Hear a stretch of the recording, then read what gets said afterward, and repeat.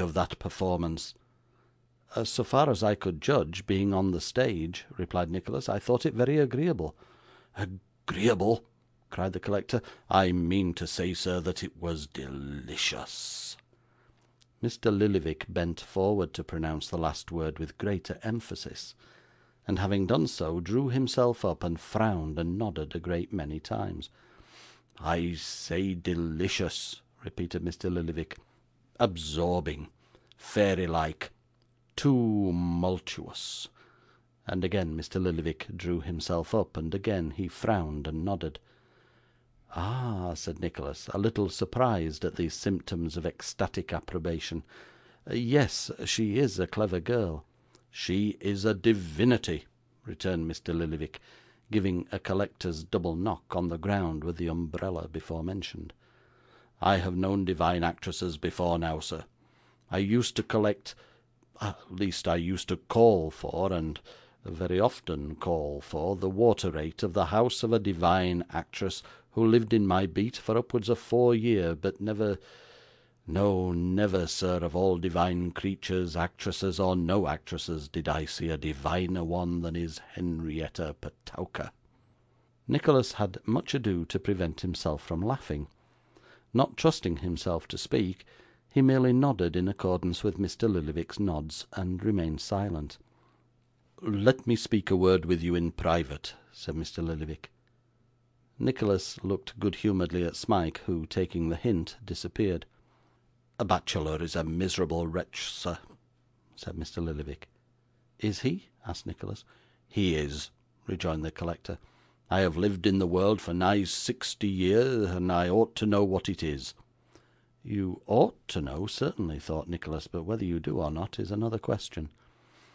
'If a bachelor happens to have saved a little matter of money,' said Mr. Lillyvick, 'his sisters and brothers and nephews and nieces looked to that money, and not to him, even if, by being a public character, he is the head of the family, or, as it may be, the main from which all the other little branches are turned on. They still wish him dead all the while, and get low spirited every time they see him looking in good health, because they want to come into his little property. You see that?' 'Oh yes,' replied Nicholas, 'it's very true, no doubt.' 'The great reason for not being married,' resumed Mr. Lillyvick, 'is the expense. That's what's kept me off, or else, Lord,' said Mr. Lillyvick, snapping his fingers, 'I might have had 50 women.' 'Fine women?' asked Nicholas. 'Fine women, sir,' replied the collector. 'Ay, not so fine as Henrietta Petowker, for she is an uncommon specimen, but such women as don't fall into every man's way, I can tell you. Now, suppose a man can get a fortune in a wife instead of with her, eh?' 'Why, then he's a lucky fellow,' replied Nicholas. 'That's what I say,' retorted the collector, patting him benignantly on the side of the head with his umbrella. 'Just what I say. Henrietta Petowker, the talented Henrietta Petowker, has a fortune in herself, and I am going to—' 'To make her Mrs. Lillyvick?' suggested Nicholas. 'No, sir, not to make her Mrs. Lillyvick,' replied the collector. 'Actresses, sir, always keep their maiden names, that's the regular thing, but I'm going to marry her, and the day after tomorrow too.' 'I congratulate you, sir,' said Nicholas. 'Thank you, sir,' replied the collector, buttoning his waistcoat.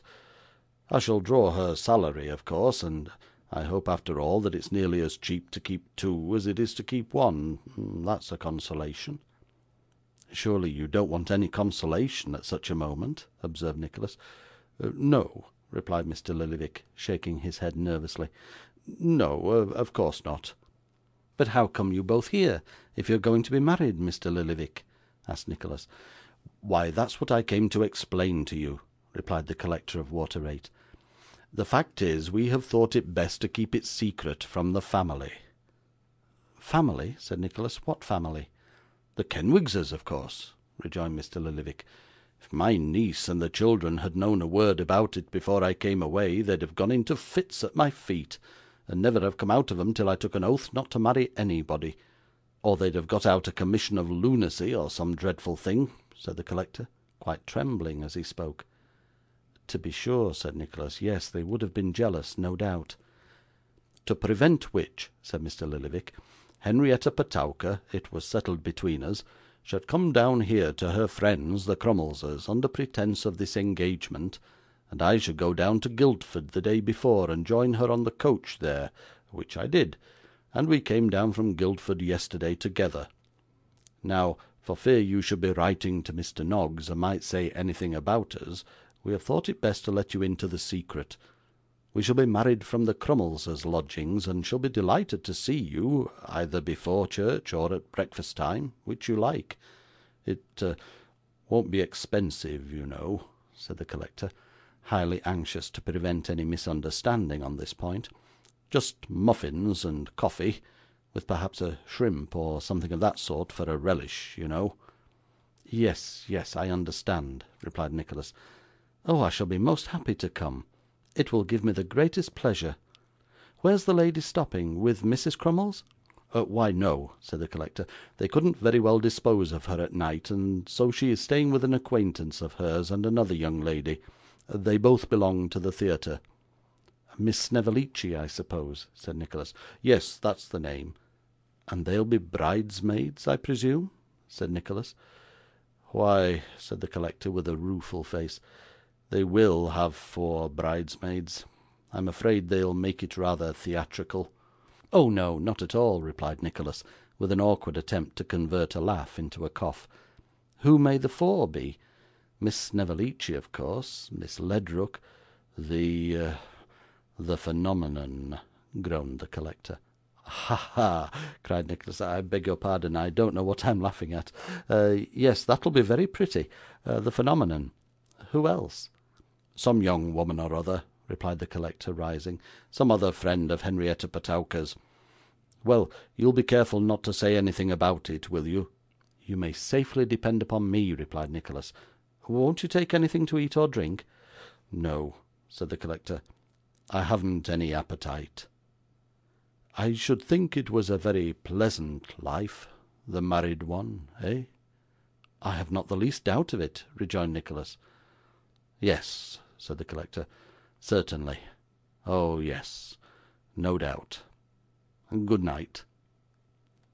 With these words, Mr. Lillyvick, whose manner had exhibited through the whole of this interview a most extraordinary compound of precipitation, hesitation, confidence and doubt, fondness, misgiving, meanness, and self-importance, turned his back upon the room and left Nicholas to enjoy a laugh by himself if he felt so disposed.